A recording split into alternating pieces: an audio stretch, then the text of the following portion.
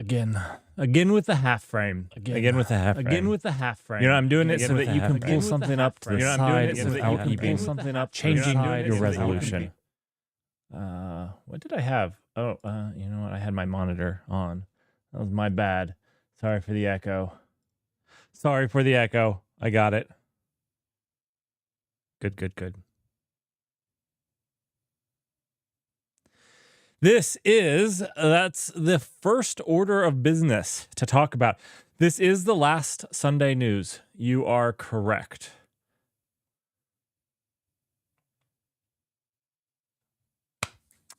And we'll go full screen for you guys. We'll go full screen just for you guys. This is the last Sunday news. It is not the last news segment. We're going to still do it. I just needed Sundays to myself. So the plan is going forward, it will be Friday at noon, high noon. So we're going to have a lunch stream. We're going to have a lunch stream for the news going forward on Friday. Now, that being said, we actually I have jury duty this week, and so there's a chance that I'm in the Capitol building this week. So my goal is still to do it on Friday. Hopefully I don't get called. If I do get called, we will fail over to Sunday. We will fail because that will be outside of my control. So we will fail over to Friday or Sunday. If I can't do it, I will be able to let you guys know Thursday night if I can't. But for all intents and purposes, we are going high noon on Sunday or Friday, on Friday, not April 13th. Forget the time. I don't pay, so I can't get, further out in the future. This is just the time in your time zone. So I'm going to get this link. Again, the day's wrong on this. The day's wrong. The time is what you need to know about. So you can see what it will be. I will post this in the Discord as well on Thursday. So if you guys are like wondering when it will happen on your guys' time zone, I'll post it again.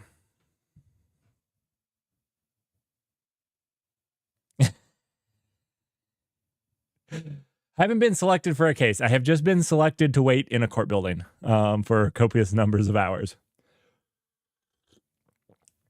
How did I like Sean? I only got to, very distractedly watch him as I was preparing for my own show. He sounds like a really nice guy. I am from Ohio and he's from Michigan. So like there is a rivalry there. So, I don't know if I'm going to be able to, I'm going to follow and I'm going to see what he does. If you guys don't know, you can post a link to his, you in chat if you'd like. You can post a link to his thing. I don't remember. I did click the follow, but I don't have a link to his Twitch. But he seems like a really nice guy. So yeah.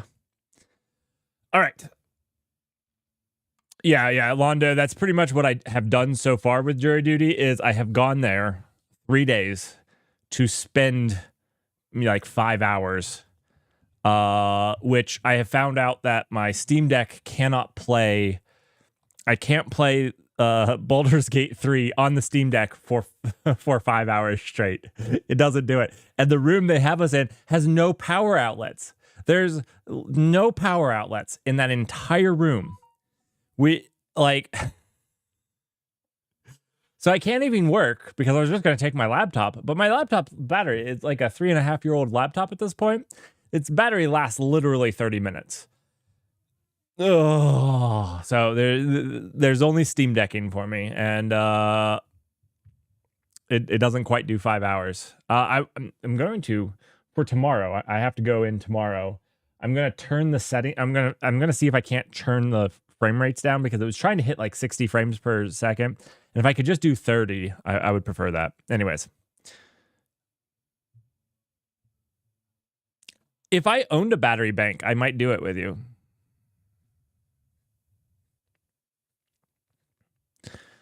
See, Scott B, that seems like such a waste of money since I never don't have power. Like 30 minutes is fine for me, except for when I go to the courthouse and they're like, yeah, we don't have power. So I don't know.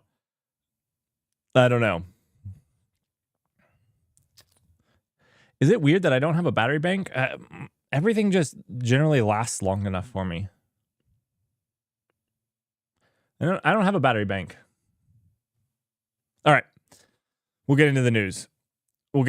So, yep, this Friday, the Null News will be doing its news segment this Friday at noon. Again, with the small caveat that maybe this Friday gets pushed to Sunday if all else fails and I get called in. But I'm really hoping not. Really hoping not.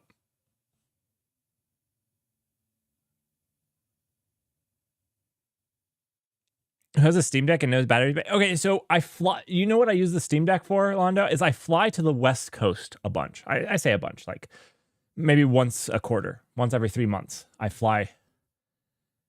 And it's a perfect amount of time. And the planes have power cables nowadays too. So like it lasts. I never have a problem with it. I literally never have a problem. I plug in the plane. I plug in wherever I just always plug in. It's just a USB-C cord. I mean, and generally it lasts the 4-hour flight stint. Like the longest flight I have is 4 hours, unless if sometimes I go east to go west, which don't ask me why planes decide that, but sometimes I do that. And then it's like a 6.5-hour flight, and then it doesn't last the whole time. But those are bigger planes that always have the power plugs. So again, I don't have a power bank. I don't. It's weird. I know. I'm probably one of the only people that the only tech nerds that don't. Planes where you come from don't have power in them? Ours have USB-Cs and the US plug. Not your guys' plug, but the US plug in them in the planes. The only ones that don't are the ones that are like 45 intra-city, like the really 45-minute ones that are between cities. Those are the only ones that don't. That I've been on recently.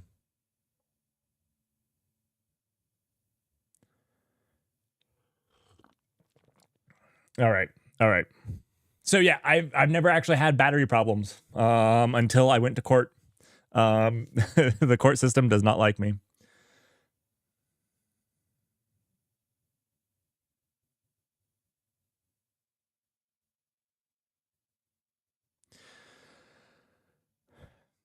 Trains have power. Well, that's good because it takes like 2 days. All right. We're getting into the news. A little sidetracked, but let's jump in with a security. So something big happened on April 12th that I want you all to know about. It's something I've been bringing up and talking to you guys about, and I think it actually affects the community as a whole. We've already started to see some splintering in the security communities about this, and they're using this as leverage to do that.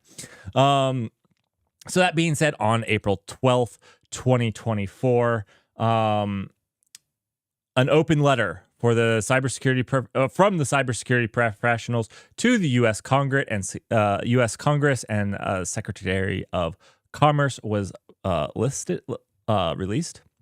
So this is a letter that we drafted. Dan Lornick was a person that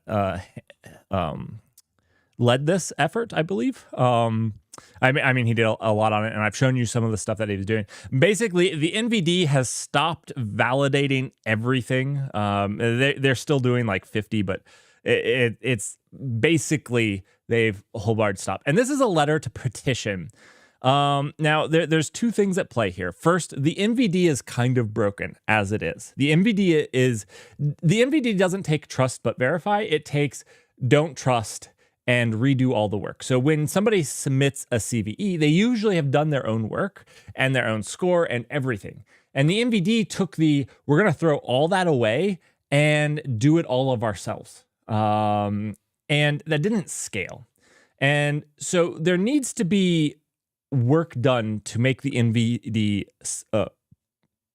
there needs to be work done to make the NVD scalable, because it's not scalable as it is. That's probably the issue. And what we're saying is you can't kill the NVD while we don't have another solution in place. We need the NVD, even if it's not scalable, we need the NVD as it was until we have another solution in place, whatever that may be. And so this is an open letter we drafted, we worked on, I say we. I was very little a part of it. I was a little bit of a part of it. I joined some of the meetings. I gave a little bit of input, but most of my input wasn't that useful. Anyways, I enjoyed being a part of it though. So we drafted this. Hopefully we see something that comes across from that. So anyways, yeah. All right. Let's move on to some other security. Now, if you guys don't know what the MVD does, I mean, the MVD does these types of things. I have shown it. It used to be an invaluable resource that people had. It's no longer a invaluable resource because if you see, they don't fill it in with any information. It used to have really, really well thought out how to execute the attack, what security it has, and now there's just no information being put on these things. So that's what we're fighting for. Where do we go now then? That's the problem. This is the problem. There isn't another place to go that provided what the NVD did. That's the problem. And that's why we're saying we understand that the NVD has problems with how it's operating. Nobody's going to argue that. I argued it at the first because I didn't know, and then people set me straight. There's problems. I can get into the problems. I don't know them firsthand. I just have heard from other experts and have learned myself through this journey. And the MVD has scaling problems, especially because it basically has zero trust. And it's not trust but verify, it's don't trust. It assumes that what you submitted, what you have to submit, because you have to submit something, is wrong. It assumes that you're wrong, even though you did all the research, and throws all of it out. And they did all their own research on the CVE. So they probably need to take a trust but verify approach, which should scale better because then the vendors submit their own work and you just verify that their work is correct. That would be much simpler. Anyways, there is nothing else that you can go to that did what the NVD did. That's the problem. That's why we're petitioning to say you can't just pull the rug out from under it without a replacement. We understand that either the NVD itself needs to inherently change, or we need to stand up something different that's new, completely new, that's not part of the NVD. One way or another, that doesn't exist now. And one of the things that we're wanting to avoid is super fragmentation. Because the problem is if the NVD just goes away, everybody's going to stand up their own solution. And now, instead of having one really good source and multiple other ones that you can help fill in if you need to, more niche ones, you're going to have a huge fragmented place where, hey, we report to here and hey, we report to here. And it's going to be much worse for the entire community. So we're working on it. Or I say we. I am supporting it by letting you guys know, letting you guys, keeping you up to date. And, again, I joined some meetings. I help where I can. A lot of it was technical lawyers and stuff like that. But yeah, so that is the big deal there. That's what this letter is. This will actually be my first letter that has my name on it that has gone to Congress.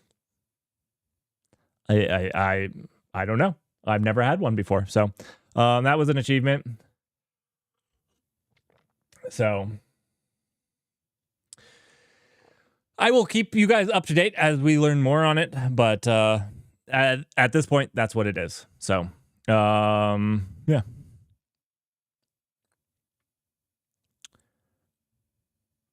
All right, let's continue on with security. We have actually some interesting security things I think will affect you as software engineers. You should be in the know of.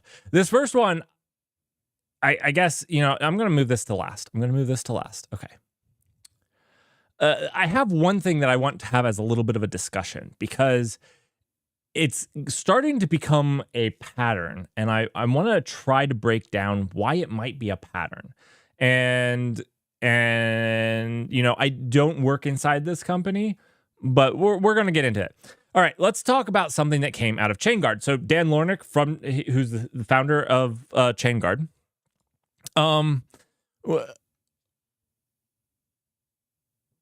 which was in the security thing. Just tying it to the last piece, released something that should be very interesting. I'm very interested in it. I have long complained to you guys about GitHub tokens. First, their pats were long-lasting and didn't have granular access control. Now, they've added granular access control to their pats. They have new pats that have granular access control, but they're still long-lived secrets. And ChainGuard actually released something really, really interesting. Octo STS. So this is short-lived secrets. These are short-lived, I think they're tokens. That's what the T stands for, is token. Short-lived token service. And this basically allows you to interact with GitHub with short-lived things. That way, if they are leaked, you don't actually have to worry because they only survived long enough to make the request that they needed. This is actually really, really cool. I'm going to leave this in the comments, not in the comments, in the chat. I'm going to leave it in the chat for you guys to go check out if you like. But Octo STS seems pretty cool. The repo is here. You can install it. I haven't actually got to play around with it. I only saw it late last week. I guess it was like middle of the week that it was released. I only saw it Friday, I think, so I haven't actually gotten to try it. But this is really cool because what happens is there's a lot of things that a GitHub action can't do if you're in GitHub Actions, like if you need to do something cross-repository, that action can't actually do something cross-repository. And for that, you have to create a long-lived pat. And now you have to manage pats and you have to make sure that they're not leaked. And if you do leak them, you have to do a full rotation. You probably should do rotations anyway, every once in a while. And basically, if you're doing these types of things, you can start to leverage this. Now, we actually do this ourselves. And so this is actually, I'm going to make a live stream of it. I'm hopefully going to get somebody from ChainGuard. So ChainGuard's already doing one stream with me in the future where we're going to harden our images and talk about container image best practices for hardening. I want to do another one with this where we update right now when we make a pull request to Eddington, it actually builds an image and then updates another repository with the image version that was built. And right now we use a long-term token for it. And maybe we can switch to this. That would be really cool. It would give us a chance to actually leverage it and see how it works. And maybe ChainGuard will do it with us. That would be cool. Okay, so anyways, that's another security thing that came out. Let's move on. I have long praised YubiKey. YubiKey has some of the fewest security advisories out there. Two-factor authentication is a really big deal, and having hardware two-factor authentication is really fantastic. They're not a sponsor, by the way. Although, if I was to let somebody sponsor me, YubiKey would be one person that they would be stupid to sponsor me because I already like what they do. That being said, they do have a security advisory. So if you're using YubiKey, you need to update the YubiKey Manager GUI right away if you're on Windows. Linux and Mac OS are not affected. Edge is not affected. But if you're using their GUI password manager for Windows, you need to update it immediately. It's a 7.7, which is pretty high for something that manages your two-factor authentication. So it's a pretty big deal. This is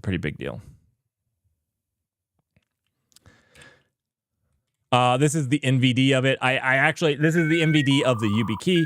This is where I wanted to show you that there was none of that information being, this should have been up above. There's just none of that information you're used to getting from the NIST that is no longer there. No longer there. All right. Moving on. What is this? A new technique to trick developers detected in open source supply chain attack. So this is a pretty, I'm going to say it's a pretty GitHub thing, but it could happen on other platforms as well. Even though this specifically talks about GitHub, what it is, and we've actually talked about this where you've ghost, where you actually try to ghost popular projects like Kubernetes. And instead of Kubernetes/Kubernetes, commonly called KK, instead of K/K, you instead of Kubernetes/Kubernetes, you do something like Kates/Kates, or you do Kubernetes with one of the letters misspelled. And the really interesting thing is that this attack goes through the search functionality in GitHub. So basically, they're doing search optimization to rank higher in the GitHub search than the real project. So basically, they're optimizing their thing for search to rank higher in GitHub search. So we've already covered this once before, about how these projects, try to ghost the other ones and get you to install something that's not the same thing. And this is just a new attack through search. So be careful when you're searching. It's a real thing. It's a real thing. Moving on.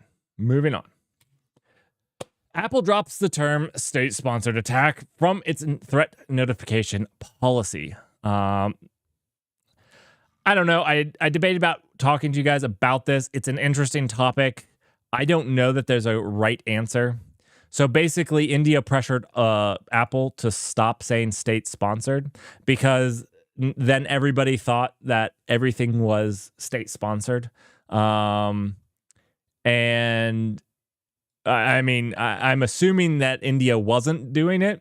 So I don't know. Apple decided to drop it, though. They decided to take that. And they changed from states to on the words betrayed me. they changed from a state-sponsored to mercenary spyware attacks. So which could be state-sponsored mercenaries, or could be just a group of mercenaries. Who knows? Use my worms. I'm going to use my worms. That's right. They're hard. All right. Last topic that I wanted to talk to you guys about on security. And really, this is the one that I want to start a conversation, because I don't think a systemic issue like this has a quick way to be fixed. But it appears to me I used to defend that any company of that size gets a lot of attacks and gets a lot of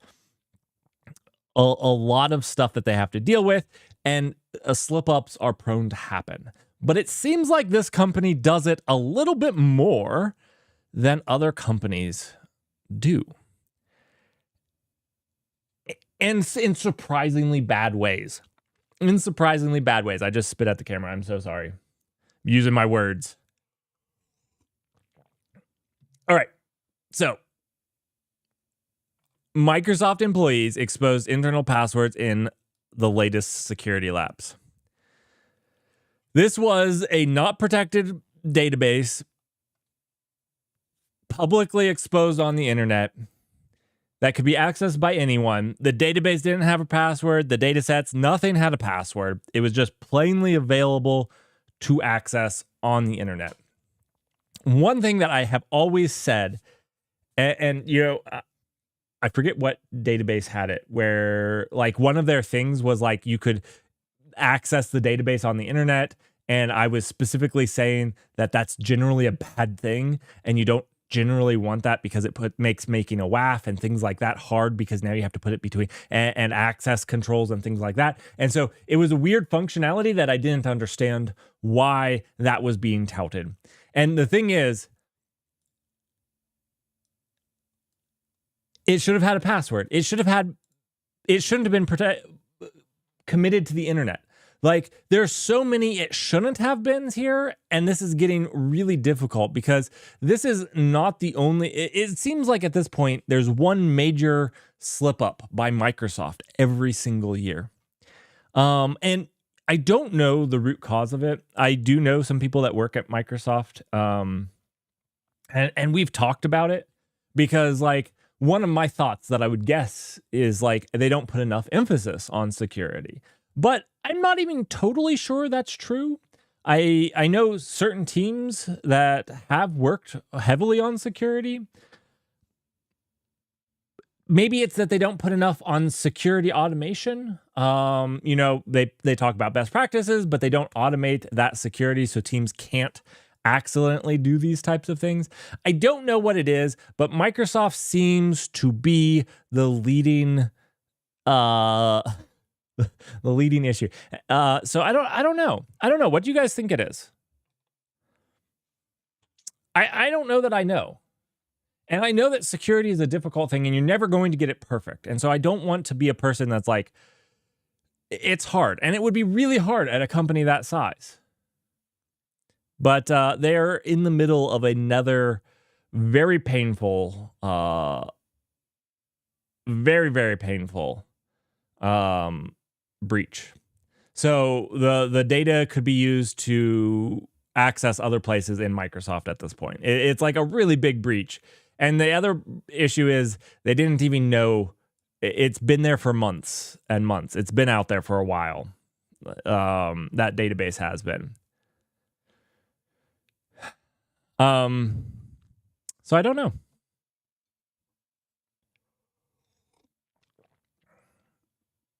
Pine Base, thanks for the follow.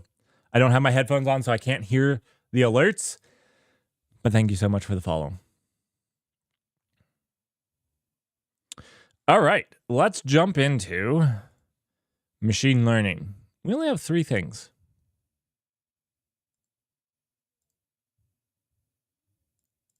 Really just one interesting thing? Now, I have previously stated very publicly that the Devin AI demo had a lot of questionable things in it. And I thought that the demo was mostly for show because the things didn't make sense. Like they would have had to teach it to use a browser and how to read a browser and all of those types of things that don't actually make sense for an AI because it should be able to search the web without a browser. And that doesn't make sense in a startup because you're really focused on doing what is doing the, you really should be focused on doing the thing that your product is supposed to be doing and not on, like side things.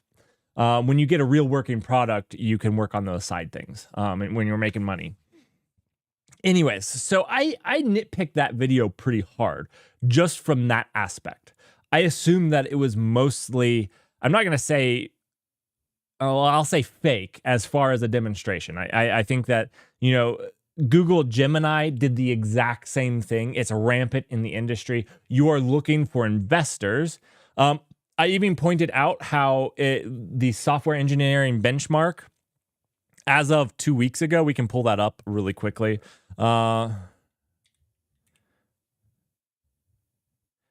They had never submitted. They still haven't submitted to the software engineering benchmark. So they stated, that, they did really, really well. And that, but they've never actually submitted their run. Anyways, that being said, earlier this week came out this Internet of Bugs. I'm going to post this. It's a long video, but I'm pretty happy for this guy putting in the amount of work he did. So he nitpicks it even further. He takes frame by frame of the video and dissects how there was even more discrepancies than the ones that I was calling out. I watched the whole thing. I think it's worth a watch. It's exactly 25 minutes long, 25 minutes and 15 seconds. And he does a really, really good job of digging into it. He actually did what Devin did in half an hour. And Devin, he goes through the timestamps, takes an entire day. So he did the Upwork job that Devin did in less time than Devin, like a lot less time. It was a really simple job. So it was really cool because I took it from a big picture view when I picked it apart, but he took it through just what Devin did. He like freeze framed each picture. You know how it like went through really quickly in the background? He freeze framed every single step, blew it up, read it, and looked at what it was doing. And basically, that's even more terrifying than my high level one. So go give it a check.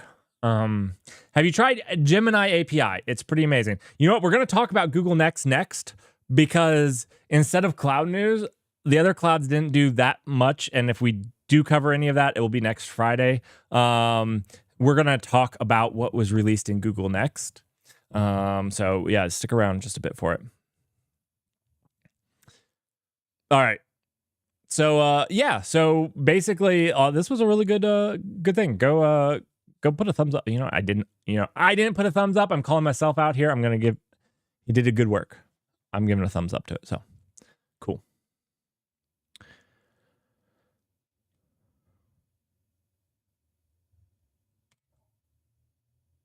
All right, so Bofins took Google's DeepMind material discovery, and basically they touted how there was like a new material, and basically kind of said that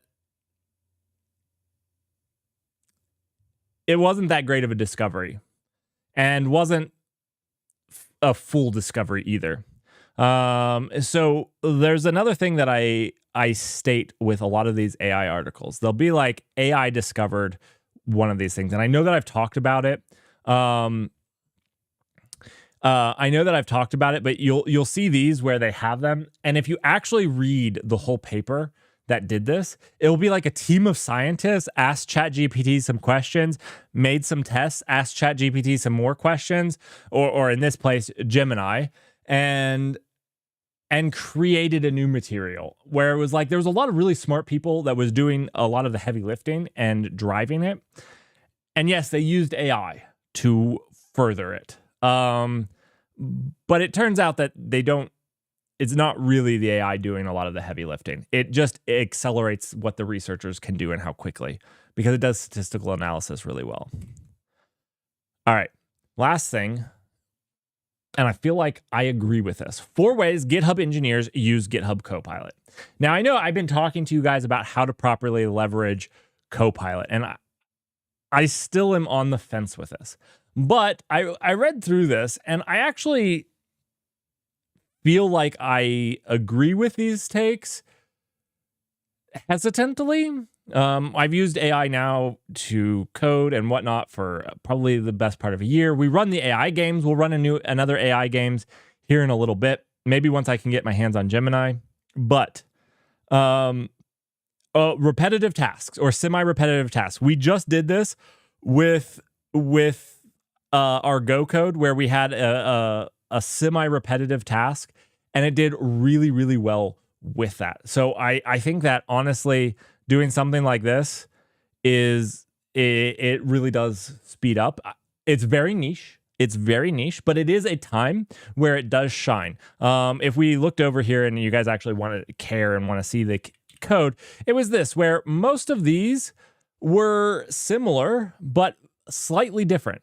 And this is where it shined. It mostly did these. There was a few mistakes, but they mostly did these without too much help because they're similar. They all do somewhat the similar thing. And so I was able to craft one of them. And once I was able to craft this one, it went through and crafted the similar editions of the same thing. So it does that pretty well. I give it that. It avoids getting sidetracked. I don't know about this one. This is one I will argue. I haven't found this. It sidetracks me more than it doesn't because I get sidetracked when it posts really funny code that I have to accept because it's really funny. So I think it sidetracks me more. So I'm gonna say no to that one. Structuring data related notes. I see this. I don't personally use it, but I see how it could be this way. So I see this one, especially if you had a lot of stuff in Markdown that it could pull from. Copilot does a really good job of pulling in notes or pulling in other code in that code base. And so I could really see how if you had a lot of Markdown describing a bunch of stuff, it could leverage that to, statistical analysis on what your code is supposed to be doing. So I actually agree with this one as well, even though I haven't done a whole lot. Exploring and learning is one that I think it's a double-edged sword. I think if you're a senior engineer, yes. If you're just learning, no. That's my hard take on it. If you're just learning, don't use an AI. I think that it's a shame to every junior engineer that they can get, for students, that they can get Copilot. As a junior engineer, you need to learn. That needs to be your goal. Don't use an AI. Yes, an AI might be able to do those things, but your job is to be able to be there and do something when our statistical analysis can't do it. I would not learn with an AI. Asking ChatGPT questions is maybe okay, but the problem is sometimes it just lies to you. And if you're not a senior engineer, are you good enough to know that it lied to you? I almost then also say maybe not. Anyways, let's jump into Google next. Google released quite a bit of things. We're going to go over them right now, unless if anybody else had anything in machine learning. Other than Devin being completely fake, I didn't see possibly completely fake. I didn't see anything else.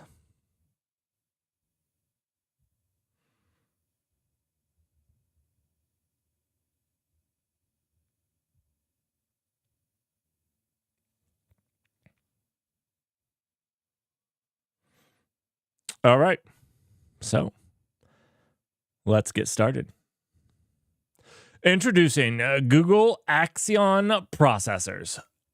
So Google has been working on their own ARM processors and they're finally ready to go. So they're not available now. They're just announcing them, but they said that they're going to be available late this year. I think they just said late this year. Reading today, we are thrilled to announce the latest information of this work. Our first custom ARM base. Google Cloud customers later this year. So now they say that there's industry-leading performance and energy efficiency. My hope and goal is that this is passed on to you guys. So the less power they spend, the cheaper they should be able to run your workloads on them. The better performance they have, again, hopefully, the more they can pass on to you guys. That's the whole reason you're going for these ARM-based workloads. And we can talk about Graviton and how much it can save you. We should do some tests on that. So their statements are pretty big. So it's the Axion is the latest in the long since 2005. We released 5th generation of the tensor processing units, the TPUs. In 2018, we released our first video codec, achieving blah blah blah. And they state that they're basically going to provide 50% better performance and 60% better efficiency than their current Gen x86 instances. This is massive. Now, I'm sorry, I can't stop the ads again. I have already snoozed them. The ads are going to go, so we're going to take a short little break.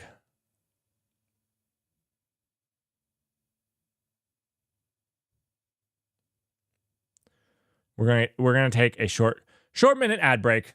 See you in 3 minutes.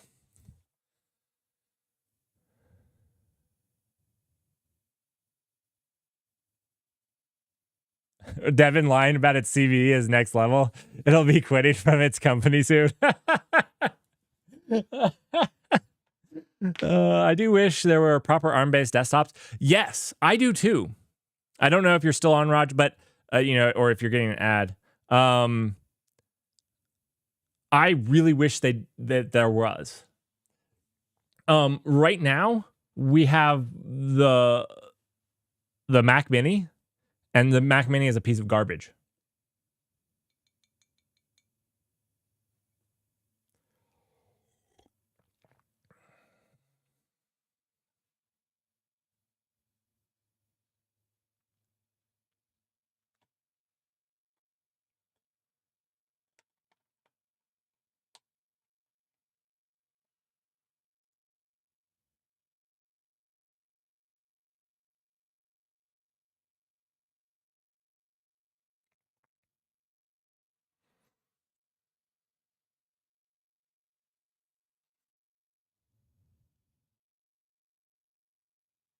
That's the problem, Raj, is you can't without voiding the warranty.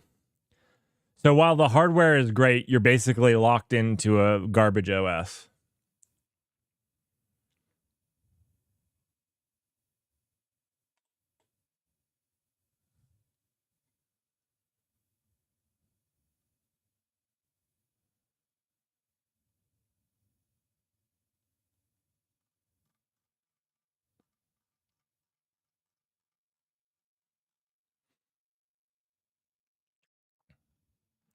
Is the hardware great? I think it's pretty good. For what it is, for the price, I think it's pretty good, right? I could be wrong. I don't know anything for $500 that feels like it competes with it in performance. Performance, power. So for my case, like a streaming machine like this that can sit there and encode a 2K stream and upload it and not even turn its fan on, it feels pretty good. It sits at about 2% CPU usage. And it has hardware encoders for it, obviously, but I'm not sitting here and saying that it's the best hardware that you can get or anything like that. For the price for what it does, I feel like it's pretty great. So like I've been thinking about making a streaming PC just to encode AV1. And if I was to do all of that to encode AV1 and get all of that, I would have a GPU, even if it was like one of the ARC GPUs that can do AV1 encoding. We're already talking about the size of the Mac Mini itself. I don't know of a processor that does AV1 encoding yet, that has AV1, because that would be the best thing if there was a AV1 encoded CPU. I don't need the GPU because, again, mostly it's just a headless machine. So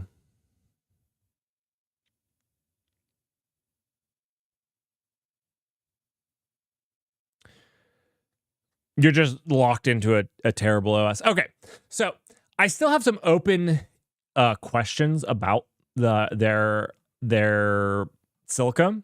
First, they don't actually directly talk about whether this silicone will work with their TPUs. That's their tensor processing units.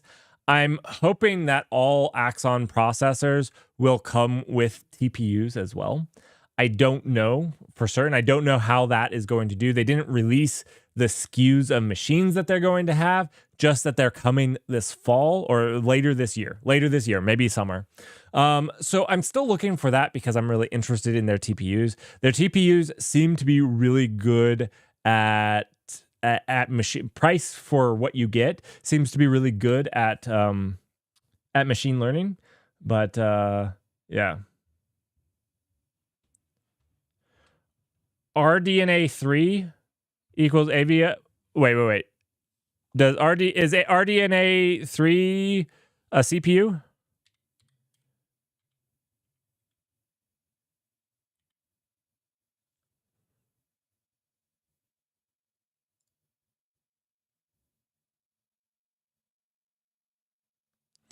Oh, okay. Okay. Maybe maybe there's something we could do with this for streaming. I would really love to stream it off a Linux box. That would be amazing. That like literally is just built to encode and stream the stream. If it has hardware encoding of that, it should be the minimalistic little thing. It should be amazing with a little fan in there. Okay, I'll be excited for that. All right, moving on. Let's talk about other Google Next things that happen that might affect you. Gemini for Google Cloud. Now, this seems to be very much not for personal use. They don't have any personal use licensing. There is only a $22.8 per month license for a monthly subscription, or you can buy it for a year for $19.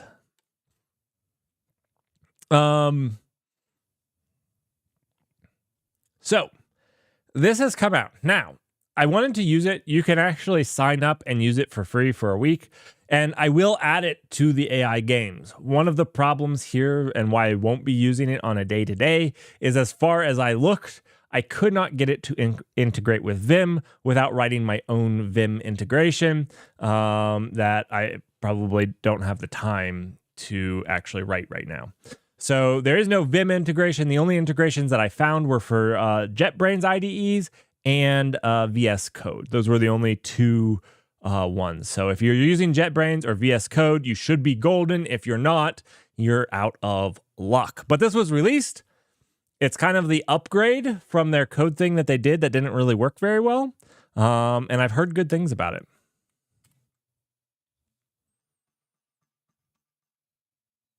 Oh, this is just the VS Code install. That was just me researching. Okay. So, yep, you can go and try it. Now, Google also released 3 open source projects during Google Next, which I'm kind of excited about. Max Diffusion is a collection of reference implementations of various different diffusion models written in pure Python JAX that run on ALX devices, including cloud TPUs and GPUs. This is pretty cool. So if you're trying to learn how to do these things, Google just basically released these as examples. I think that this is pretty fantastic. I'm pretty excited about it. So you can go check them out. But they didn't just release a collection of examples and demos. They also released this. All right. They also released this, Jetstream, which is a throughput and memory optimized engine for LLM inference on XLA devices. So that's pretty cool. It now is only supporting TPUs at this point, but it's looking to support GPUs in the future. So TPUs, again, those are those tensor processor units that Google makes.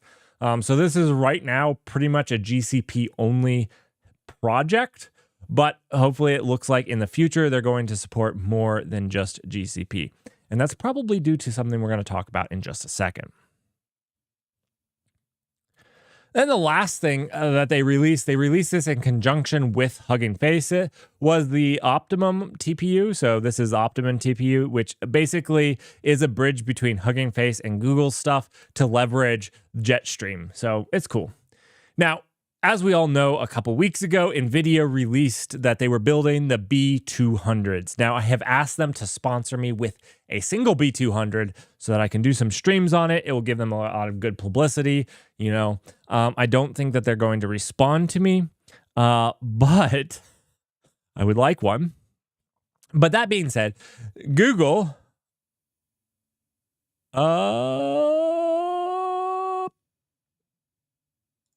I don't have the thing to it, but during Next, they released that they are going to get B200s early 2025 or late 2024.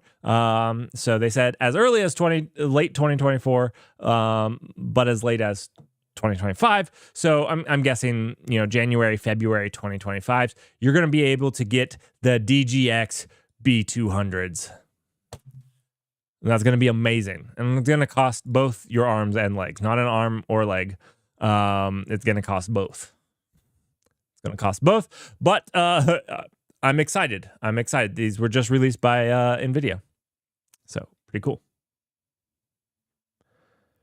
More from Google Next. The most trusted enterprise browser. Google Next feels like it's trying to sell Chromium.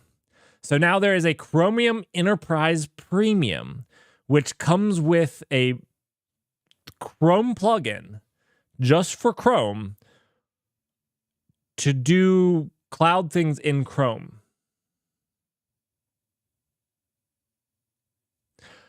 Oh, I know that they don't need publicity. I know. I still legitimately emailed them. I know that they're not going to. I understand. I don't have... Trust me, I understand I'm a nobody that they would never send something that costs more than my house to. I'm well aware. I'm well aware.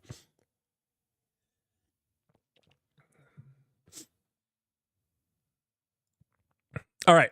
I don't fully understand this, but it basically transforms your Google Chrome into your enterprise portal to your GCP. Again, I don't fully understand. I looked through all of this and I don't understand how it's different than the website, other than like they're not actually going to the website. They're not going to the admin like this isn't the full website. They're like in a Chrome extension, but I don't understand. I don't understand why. I don't understand why. That being said, there is a whole new Chrome thing coming out for GCP. It feels very weird. It felt very weird that GCP was pushing Chrome. That's what it felt like to me. Like, it felt like Google Cloud was pushing Chrome. And that felt a little weird to me. All right. I saved the best for last.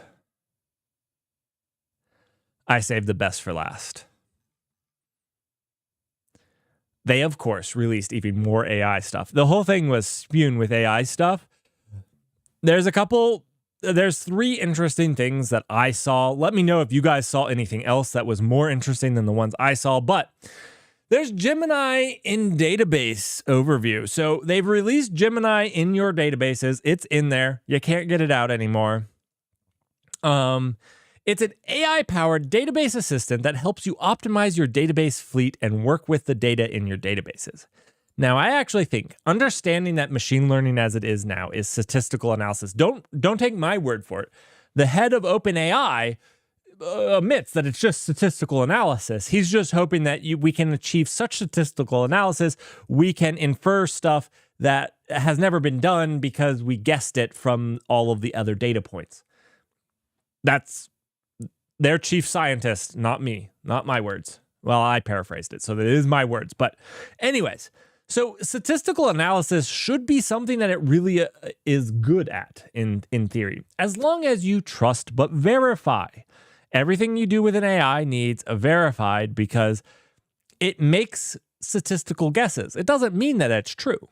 Anyways, doing something with this to understand your fleet of databases at scale and how to optimize them and how to see it across a large scale can be difficult work. And I think an AI would be really good at doing this, especially if it helped you, manipulate the data and, understand it in a large picture. I think that these are cool ways to leverage some of this.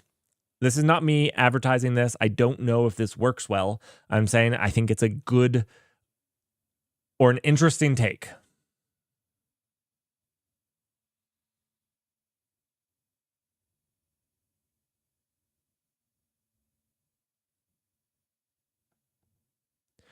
Couldn't there be a lot of privacy issues? Sure.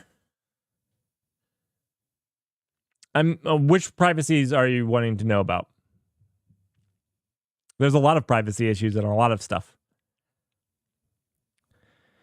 Are you going to run statistical analysis on your own stuff? Are you going to? You're already in Google's database, right? Google's database already knows your stuff, right? I could be wrong. But even then, the traffic flow, the access patterns, it has nothing to do with the necessarily data. So there's always the possibility for privacy issues in everything. And it's purely in how it's implemented. A completely benign thing could have huge privacy things if implemented poorly, or a completely invasive thing could actually be done in such a way as not to have privacy issues if that's a concern. Now, Gemini has actually pretty good, if you look at their terms of service for their enterprise, there is no, it doesn't use your data, period. So it keeps all of your data in your cloud and it runs in your cloud. So in theory, no. As long as they do what they say. All right. So the other thing that came out is Vertex AI Agent Builder. So I don't know if you guys know what Vertex AI Agent Builder is. I didn't either, so I had to read this page. So create AI agents using natural language or a code-first approach. Easily ground your agents in enterprise data with a range. So basically, from my understanding of what this is doing, is allowing you to create your own AI agent that's based off of your data, leveraging something like a RAG, the something to keep it from hallucinating, and to tailor it based off of your data. So if you want to make a help bot for your website, you could point it at your data of help articles and let it talk to people and reference your help articles. And basically, it allows you to do this pretty quickly and easily. I think that this could be really, really helpful to people trying to do this for their, simple website or for their documentation website. I think those types of things could be really interesting to see for a documentation site. Yeah.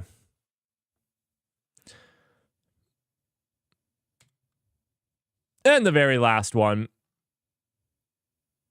is Gemini security. So Gemini's in your database. Gemini's in your coding. Gemini is in everything. Gemini should be the alpha and the omega. That's what they should have called it, because Gemini is now in everything. I have also previously stated that security is another place I think that an AI, a statistical analysis machine, sounds really powerful. What do you want to do? You want to look for access patterns that aren't normal. What's really good at that? That's literally a statistical analysis problem. And this is why I think things like Gemini, or what we call machine learning, is really good for that, because it learns statistical analysis. It understands what's normal, and you can literally tell these things to detect things that fall outside of normal. That's what it does. And so I honestly think this is one of the things I have been asking for more of. Put it in there and be like, look, Merrick never his normal access pattern is from Kentucky. He just logged in from mainland China. That should probably raise a flag. You shouldn't need a rule for that. That should be statistical analysis that says Merrick doesn't do that. Every once in a while, he logs in from Mountain View. That's fine. It's odd, but not so far out of normal. Gemini, no. Gemini's in everything. Just deal with it. It's not Google Cloud anymore. It's Gemini Cloud. That's right. Gemini Cloud, bringing you the news. Gemini is now. I think it's Gemini. That's how I'm pronouncing it. I could be very wrong. Is in everything. Did I say Mountain Dew? I've been dealing a little bit with allergies. I'm sorry if I'm sniffling a little bit. Like, spring is rough on me. And so if I've been sniffling, I apologize. Might make my pronunciation a little bit worse today. Not that it's great any day, but a little bit worse today. Anyways, I actually really like this. I've been asking for this. Good job, Google, for being the person to listen to me. I don't think anybody's listening to me. Anyways, that's it all for all I saw in the news. Remember, big piece of news announcement today. Probably the most important thing that you're going to take home is this won't happen on Sunday evenings anymore.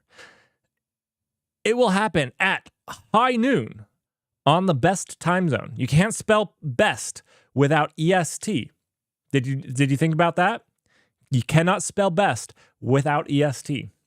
So we are technically in the best time zone. High noon, best time zone.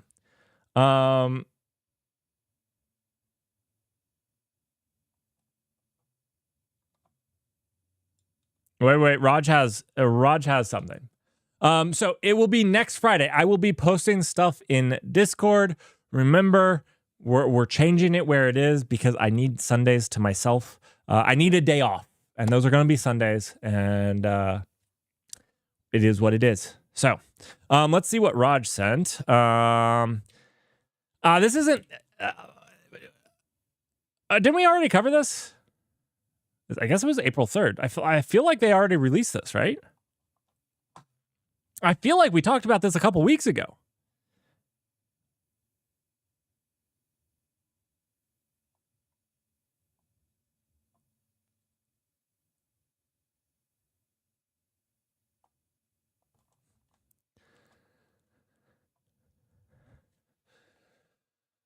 I'm probably just hallucinating that. I feel like we talked about autopilot gets burstable workloads in smaller pod sizes. So I'm probably wrong. I feel like we did.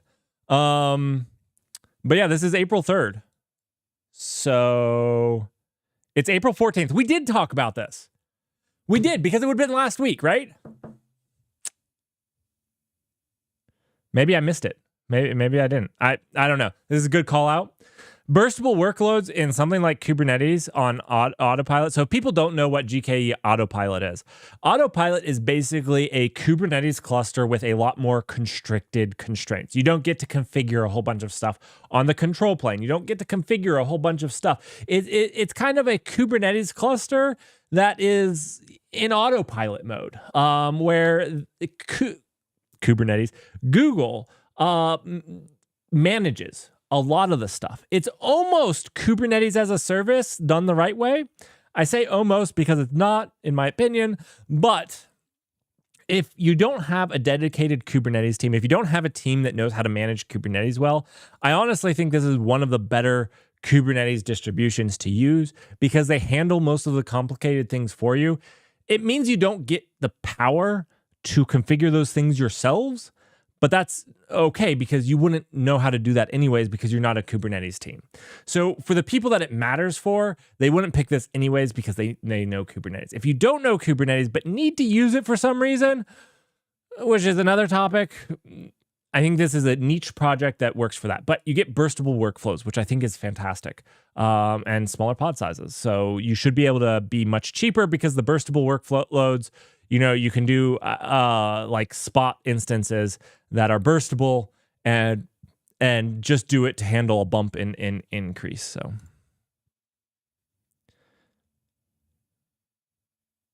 stop feeding Mary last minute news. Yeah. Serverless as you don't manage servers. So the Null Cloud has a very interesting way of defining serverless.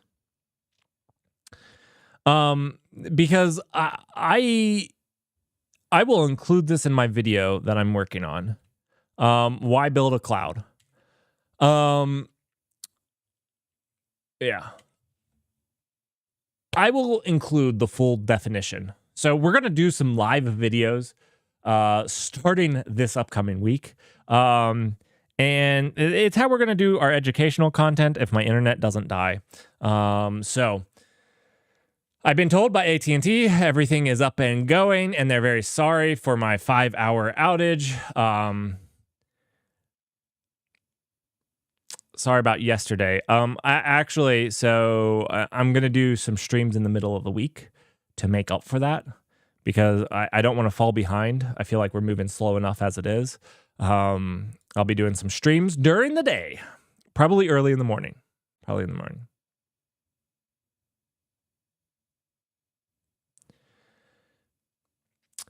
So that's interesting. Did you mention Meta plans to require content to be labeled if it was generated by an AI?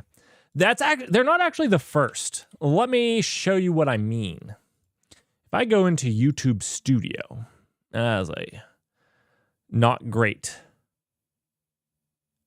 as a content creator, you can see here. Yeah, there's nothing you guys can't see here, probably. Okay. Anyways, hopefully you can see there's nothing. Anyways, you can see here, YouTube actually announced the same thing about 2 weeks ago about labeling realistic altered content. So it's interesting to see how they define the stuff because you don't actually have to label it if it's like, if I made a video on how I made a ultra realistic thing, I wouldn't actually have to label that with their ultra realistic. It's basically trying to combat things that are trying to be fake news, like the deep fakes and trying to mislead people with that. If I did a programming tutorial on how to make a ultra realistic photo generator, which had photos generated inside of that tutorial, my understanding, reading through it, not as a lawyer, is that doesn't fall under that. It's just when it's designed to look real and not be told that, you're generating something. Again, my understanding. I didn't actually see that Meta plans to do the same thing though. Let me Google it really quickly. But YouTube has already done that.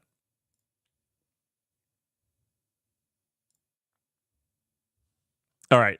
So yeah, we plan to start labeling AI generated content in May 2024, and we'll stop removing content solely on the basis of it being manipulated video. Oh, okay. So they're changing from we'll remove it if we know it was a manipulated video to we're going to label it. All right.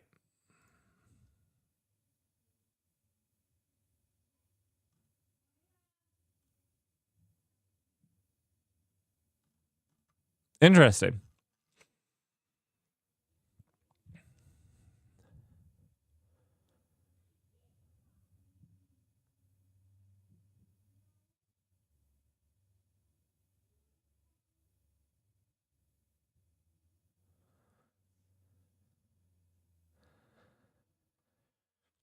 I honestly, I feel weird in saying this. Oh, hey, Monta or Everflow. I didn't realize it was you on YouTube. How are you, Temporus? I feel weird in saying this. I feel like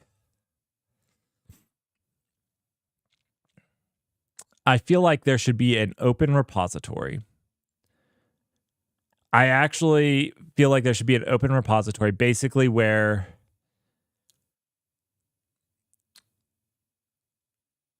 AI generated things get a cryptographic hash proving they generated it. That Meta and other social media and news companies can leverage to check and see if a image or whatnot was generated by an AI. So like basically if all of the open photo generators put this cryptographic hash in there for everything that they generated, and then every upload could be checked, some way of an asynchronous key could check and validate if it's in that database. That database shouldn't have the actual pictures or anything like that. It should just be a way of stamping and validating. I don't know. There's so many ways around that though, because it used to be that you could compress and uncompress a picture and it would remove most of that. So like, I don't even know that would work if you're really trying to be insidious with it. There would be ways to get around it. It would just be the people that were dumb. So I don't know. I just created a blockchain startup idea. I don't know. Maybe. But how would it make money? How would that make money? I guess you'd have to sell a token that people could mine by validating it. Maybe, I don't know. Maybe that is this the first blockchain idea I've had that's actually a good one? Every time that I come up with the blockchain, I come up with arguments why it's the worst idea.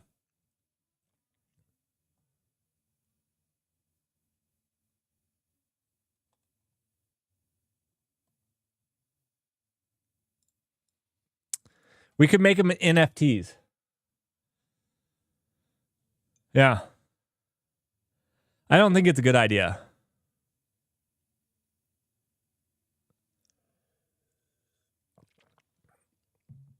Okay. I'm going to have to think. I don't know. I don't know about that. It sounds good. It sounds good. I kind of want to get into. I know that this is going to sound crazy to you all. I know that this sounds kind of crazy. And like, I'm not a scholar. I'm not smart enough to be a scholar. And I know that there's researchers that do. I kind of want to research. I kind of want to become a hacker. And by that, I mean, like, I actually want to look at the security side of AIs and blockchain and see, like, hey, given an image that you marked as being generated, can I unmark it? You know, some people were doing it by zipping and unzipping. I think that's really fascinating. Like, I've been reading a lot on it and looking at it's really fascinating. I kind of want to do some more of that. I think that would be really cool. I think it'd be really cool.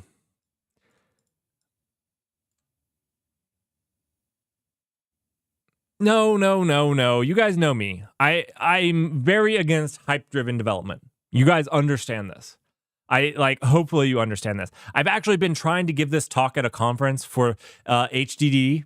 Like, I think HDD is pretty funny because it's just, you know, HDD, like the hard drive. Anyways, I think it's a funny acronym, but I think too often teams go by hype-driven development, and maybe I'll give the talk live. Maybe I can give some of these talks that nobody accepts into a conference live, and we'll see how people actually like them. I'm very against hype-driven development. And I think a lot of what we've gotten caught up in the last 4 years, 5 years, 6 years has been hype-driven development. We're developing things because of the hype without a real problem for them to solve. We're developing these things with no real-world use. They're cool projects. They do cool things. And AI, not as much, but, you know, a blockchain for one of them. There's really cool tech that goes into them, and it's hard for us nerds not to get sucked into like the different cryptographic math used to, you know, prove that you have ownership of something without actually showing that you have it. I can prove that I have 5 Bitcoins without actually showing you my 5 Bitcoin. Like, those types of things are really fascinating. They're really fascinating, and it's hard to not get sucked into them. And I'm very against HDD. I'm all for CDD, chaos-driven development, but yeah.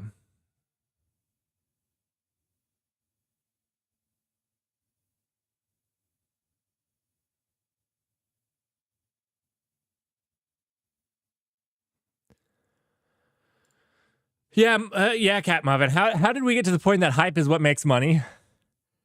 I'm not sure it's making money. Hype is what's getting money thrown at it. That's a little different than making money, though. It's a little different than making money. Thanks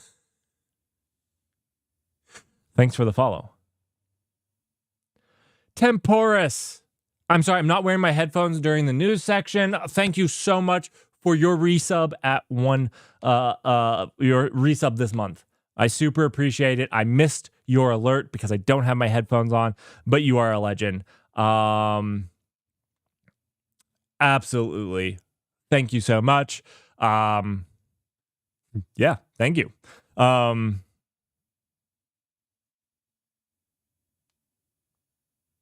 right. That's it. Now, for all of you that joined late, I have one piece of breaking news. This is the last day of news on Sunday. I've been telling you guys, I've been popularizing, I need a day off. I need a day to myself. And that has been picked as Sunday. I have family stuff to do on Sunday anyway, so it just will make my Sunday life a little bit better. So that being said, the news from this point on is going to be brought to you Friday at high noon in the best time zone. That's Eastern Standard Time, EST. I have petitioned to make it not Eastern Standard Time, but Behemoth Eastern Standard Time, which would then be best. So, you know, we'll support that. That will be my second letter to Congress. We got our first letter to Congress. Second letter to Congress is going out there for the best time zone. But so New York time zone, as many of it will think of it, it's going to be 12 noon then. So yeah. Yeah. So next week. Now, next week is a little special because I have jury duty. If I get called in on Thursday for jury duty, this is a little card with like where to check if you're needed.